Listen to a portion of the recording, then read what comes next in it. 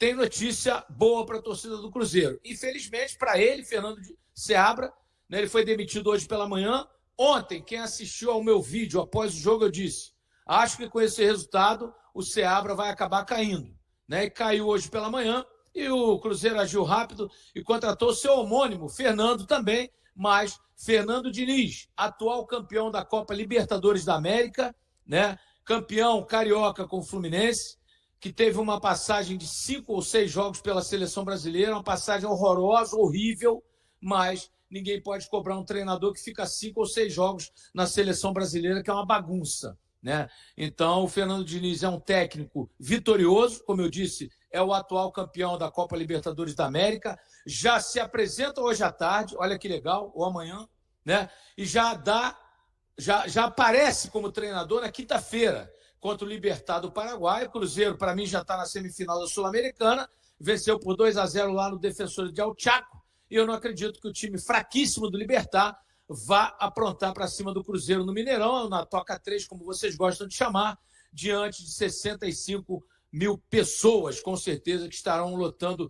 o Gigante da Pampulha. Então, a diretoria agiu rápido, acho que foi uma decisão acertada. O Seabra não tinha mais o comando do grupo, não tinha mais o que dar ou tirar dos jogadores, e você não pode jogar contra o Cuiabá com 3 zagueiros, com 2, 3 volantes, né, e perder a chance de chegar ao 5º lugar, porque a rodada foi toda favorável ao Cruzeiro, mas ele não fez a parte dele. Né? Cruzeiro em 7º lugar, se ele vence, ele vai ao 5º lugar, ele passaria de uma vez o Bahia e o São Paulo, e ele não conseguiu passar. Empatou em 0-0, um jogo medíocre, o goleiro Walter não tocou na bola. O Cássio, sim, fez 4 defesas fabulosas, porque é um paredão azul, é um gigante. Né? Então não havia outro caminho, a não ser demitir o Seabra. 2 vitórias em 10 jogos é muito pouco para o gigante chamado Cruzeiro. Fez um trabalho legal no começo, mas o futebol é isso, meu amigo. O que mantém ou demite um treinador são os resultados. E os resultados dele são péssimos no momento. Olha, eu particularmente, eu traria o Luiz Castro, que fez um belíssimo trabalho no Botafogo ano passado, mas fracassou agora no mundo árabe. Então, a diretoria não quis técnico estrangeiro e optou pelo Diniz, é o atual campeão da Libertadores, né? Tem cacife para dirigir o Cruzeiro. Olha, deixa eu dizer um negócio. O Diniz é de Patos de Minas, é mineiro. Em 2004, ele jogou no Cruzeiro. O Campeonato Brasileiro fez 8 jogos e nenhum gol, porque ele era atacante. Né? Mas é um técnico. Deixa eu dizer o que eu penso do Diniz. O que eu falo desde lá atrás. Ele é um técnico que tem o DNA do Cruzeiro. Por quê? Porque ele é ofensivo. O time dele do meio para frente é espetacular. Do meio para trás é o problema. Ele não consegue equilibrar os setores de uma equipe. Não consegue. E tem um detalhe importante. Ele gosta daquela toquinho para trás, toquinho para trás, toquinho para trás. Daqui a pouco eu vou mostrar o lance do gol do Botafogo, em que o Felipe Melo, que era treinado por ele, está sozinho na área, vai tocar para trás, o jogador do Botafogo mais rápido vai lá, toma a bola e toca no Luiz Henrique, ele faz o gol. Derrota do Fluminense, que está na zona de rebaixamento. Então é por aí, ó. Então, o Fernando Diniz precisa de 2 coisas, 3 coisas. Primeiro, ajustar todos os compartimentos de uma equipe. Ele é a cara do Cruzeiro porque o Cruzeiro tem o DNA ofensivo, de drible, de tabela, de toque, de gol. Esse é o DNA do Cruzeiro. Então o Diniz é o cara certo para esse momento. Time jovem, né? Então, 3 defeitos dele. Não consegue ajustar os 3 compartimentos de uma equipe, ele vai ter que saber ajustar mais a defesa. Ensinar o Cássio a sair jogando com o pé, como ele fez com o Fábio. 2, o Diniz fica trazendo ex-jogador em atividade. O Fluminense ele pegou Marcelo, Felipe Melo, né, já tinha o Ganso lá, Renato Augusto, ex-jogadores em atividade ganhando fortuna. O Cruzeiro não vai aceitar isso, tá, Diniz? Já estou te dando um toque. O Cruzeiro está com um time jovem para 3, 4 temporadas, né? E tem um técnico vencedor que é você. Outra coisa, ele tem que ter mais humildade. Ele não é o Guardiola. Ele ganhou um campeonato carioca que não vale nada, como nenhum estadual vale, e ganhou a Libertadores que vale muito. É o grande título da carreira dele e o único, né? Porque o campeonato carioca não conta. Né? Ele é mineiro de Patos de Minas, talvez tenha sido até torcedor do Cruzeiro, porque no interior todo mundo é cruzeirense, né? Talvez ele tenha torcido pelo Cruzeiro quando era garoto em Patos de Minas. É até bom, uma pergunta boa para ele aí na coletiva. Então, ele conhece a história do Cruzeiro, a tradição de um Cruzeiro, de Dirceu Lopes, de Tostão, de lá para cá é só um Cruzeiro ofensivo, metendo gol, tabelando, driblando. Então é isso que a gente espera dele, porque é isso que ele mostrou no futebol brasileiro. Ele pensa um futebol diferente da mediocridade que está aí. Mas ele tem que ser mais humilde, né? Para mim foi um acerto da diretoria, já disse o meu pensamento. Eu traria um técnico estrangeiro, porque os portugueses, um português é líder do campeonato, o Arthur Jorge com o Botafogo, o outro é vice-líder com o Abel Ferreira e o Fortaleza com o argentino Vojvoda é o terceiro colocado. Não à toa esses caras estão aí. São técnicos estrangeiros. Eu traria um técnico estrangeiro, mas já que a diretoria optou pelo Diniz, optou pelo melhor. Dos que estão parados aí é o melhor que tem, né?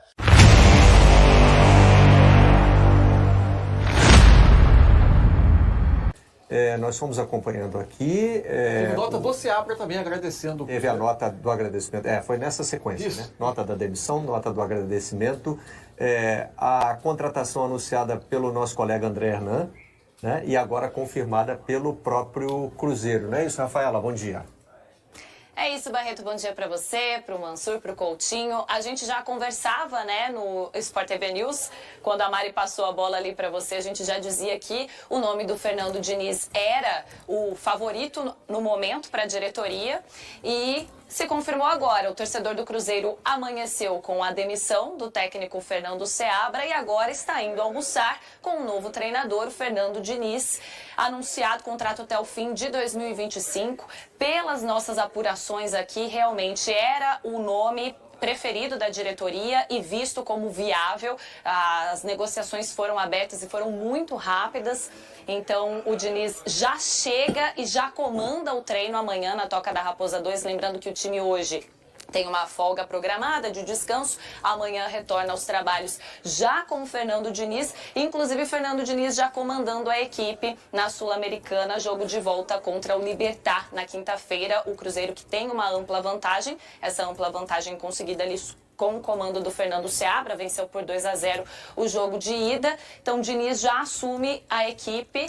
Como eu disse, contrato até o fim de 2025. É o novo técnico do Cruzeiro, Fernando Diniz. Agora, falando um pouquinho só sobre os bastidores, né, da saída do Seabra, a saída dele veio depois do empate sem gols contra o Cuiabá. E uma situação que chamou bastante atenção foi justamente a escolha do treinador para esse jogo contra o Cuiabá de um time misto, né? A gente viu ali no banco de reservas jogadores como Zé Ivaldo, como Matheus Pereira, Barreal no ataque, Lautaro também ali como opção. O Seabra justificou, depois do empate sem gols, essa escolha por cansaço dos jogadores, extremo desgaste. Falou também um pouco sobre o calor, né, de 38 graus, umidade relativa do ar que estava bem baixa, abaixo de 20% em Cuiabá.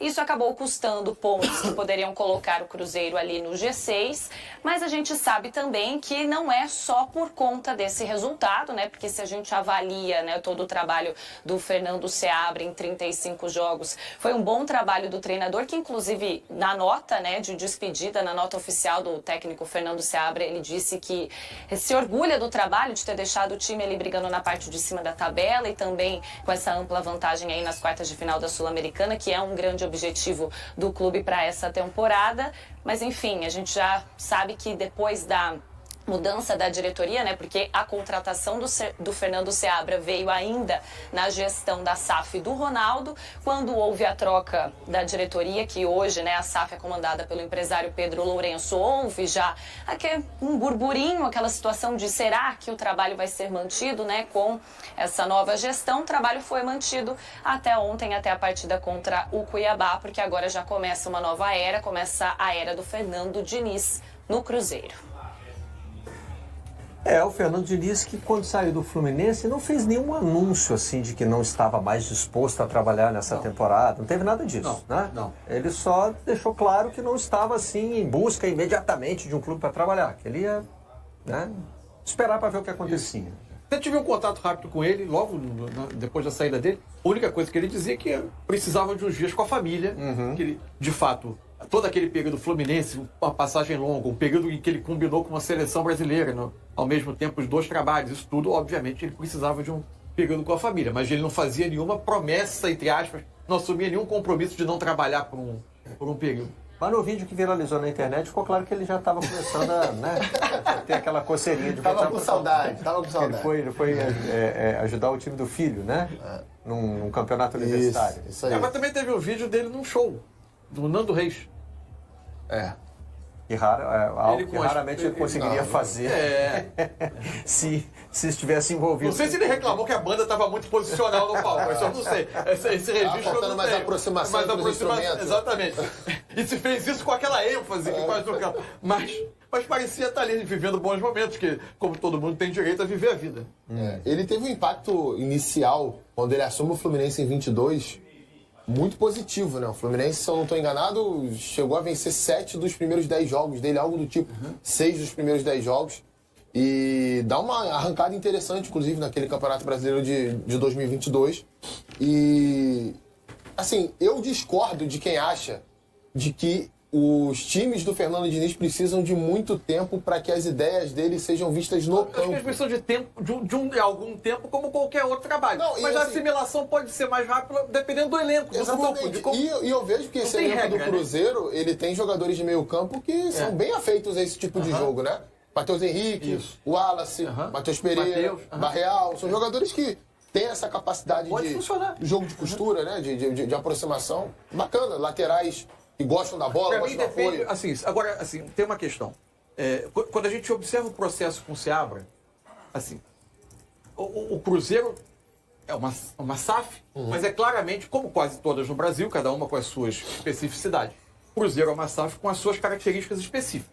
Agora, eu tenho dificuldade de relacionar o aumento da oscilação com aquele áudio vazado que parecia ser uma forçação de barra para colocar a forceps alguns jogadores contratados num time que era totalmente ajustado. Evidente que a partir daí houve lesões, os jogadores iam mesmo ter que entrar, iam ter que ocupar espaço, o processo foi andando e, de fato, o rendimento nem sempre foi linear. Agora, não dá para... o que o Diniz vai precisar é de estabilidade e respaldo para fazer o jogo do jeito. Não dá para daqui a um mês ter áudio vazado dizendo que a saída de bola, que a saidinha de bola cria Não é problema. só isso, né? O Fernando Diniz é um treinador... É que assim, no Cruzeiro, e a Rafaela... Porque ele não vai enganar ninguém sobre o jeito que ele vai tentar fazer o time jogar. Todo mundo sabe o que é. Isso, mas assim, no Cruzeiro, existia uma cobrança que vinha da diretoria, mas que me parece que a torcida comprou, e aí a Rafaela pode dar um depoimento mais próximo nesse sentido, de que os jogadores contratados tinham que se encaixar nesse time, porque foi feito um investimento, né? Isso virou meio que um senso comum, assim, e o Fernando Seabra era cobrado por isso. Mas ele preferiu, seguiu o que ele achava correto. Olha, estou aqui com um time bem encaixado, esses jogadores vão chegando e eu vou fazendo aqui de acordo com o meu método, né? O Fernando Diniz não assim, um treinador, digamos, maleável nesse sentido. Olha, Diniz, estou te contratando aqui, mas pô, você tem que encaixar os jogadores que eu contratei aí. Ele é um treinador de trabalho autoral, né? Que vão jogar os que mais se adequarem da forma dele de trabalhar. É isso aí. Então, assim, não me parece o perfil exato para o clima que se criou no Cruzeiro. Olha, precisamos trazer um treinador que vai encaixar os jogadores que a gente contratou. Esse cara não é o Diniz, certo? Embora Por outro lado, não aparente uma incompatibilidade. Mas, por outro lado, tem a questão do tamanho que ele tem também. É isso. Acho que o peso que pode ter tido aí é o seguinte, não, agora temos jogadores de peso, precisamos de um treinador de peso. Ali a se gente um tá treinador falando jovem de um- com menos trajetória. A gente está falando de um de peso no profissional. mercado, com conquista já de Libertadores, Isso, vai. enfim. É porque assim, o Seabra, Seleção. ele tem muito conteúdo realmente como Mas treinador. jogou bastante futebol. Jogou bem durante um período com ele. Realmente concordo que houve essa queda de produção, a dificuldade de encaixe dos reforços na equipe. Também acho que não era uma coisa tão simples e tão rápida, né, para você fazer assim a toque de caixa. E seria natural que houvesse essa oscilação. Mas, assim, uma coisa é você vai sentar na mesa e você vai exigir isso do Fernando Diniz. Ele vai argumentar contigo de uma forma, talvez, que o Seabra possa argumentar daqui a alguns anos, que ele vai passar por outras experiências na carreira profissional, né? no futebol profissional. Seabra é um grande técnico de base de algumas temporadas, né? Um dos melhores, inclusive, das categorias de base, e até por isso conseguiu essa oportunidade do time profissional, e acho que tem uma carreira muito promissora pela frente. Muito promissora Vai pela ser aquele frente. treinador que, quando assumir o próximo clube, a gente vai ficar curioso de ver o trabalho. Assim como eu acho que vai ser fascinante ver o Diniz depois desse processo longo do Fluminense, da passagem que teve título de Libertadores, mas que teve o episódio da seleção que consumiu demais ali durante um período, ver como é que vai ser esse novo trabalho. Fernando Seabra se despede do Cruzeiro após ser demitido. Conseguimos muitas realizações. Após atuar como técnico do time em 35 jogos desde o início do Brasileirão, Fernando Seabra anunciou oficialmente sua saída do Cruzeiro. O treinador destacou as conquistas durante seu período no clube e expressou sua gratidão pela oportunidade de treinar a equipe mineira.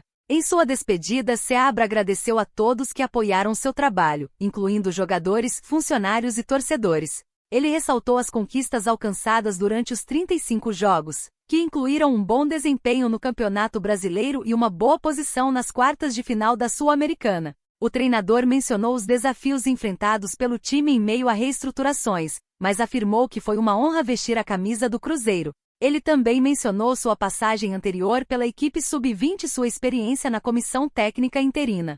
Contratado durante a gestão de Ronaldo Fenômeno e mantido após a compra da SAF por Pedro Lourenço, Fernando Seabra foi demitido devido à instabilidade de resultados e desempenho, apesar de conquistas importantes na Sul-Americana. O treinador deixa o clube com um registro de 17 vitórias, 10 derrotas e 8 empates em mais de 5 meses de trabalho. Além dos resultados, a falta de consistência nas atuações da equipe também influenciou na saída de Seabra. O treinador seguirá para o Sub-23 do Bragantino, após sua segunda passagem pelo Cruzeiro, escolhido para substituir Nicolás Larcamon.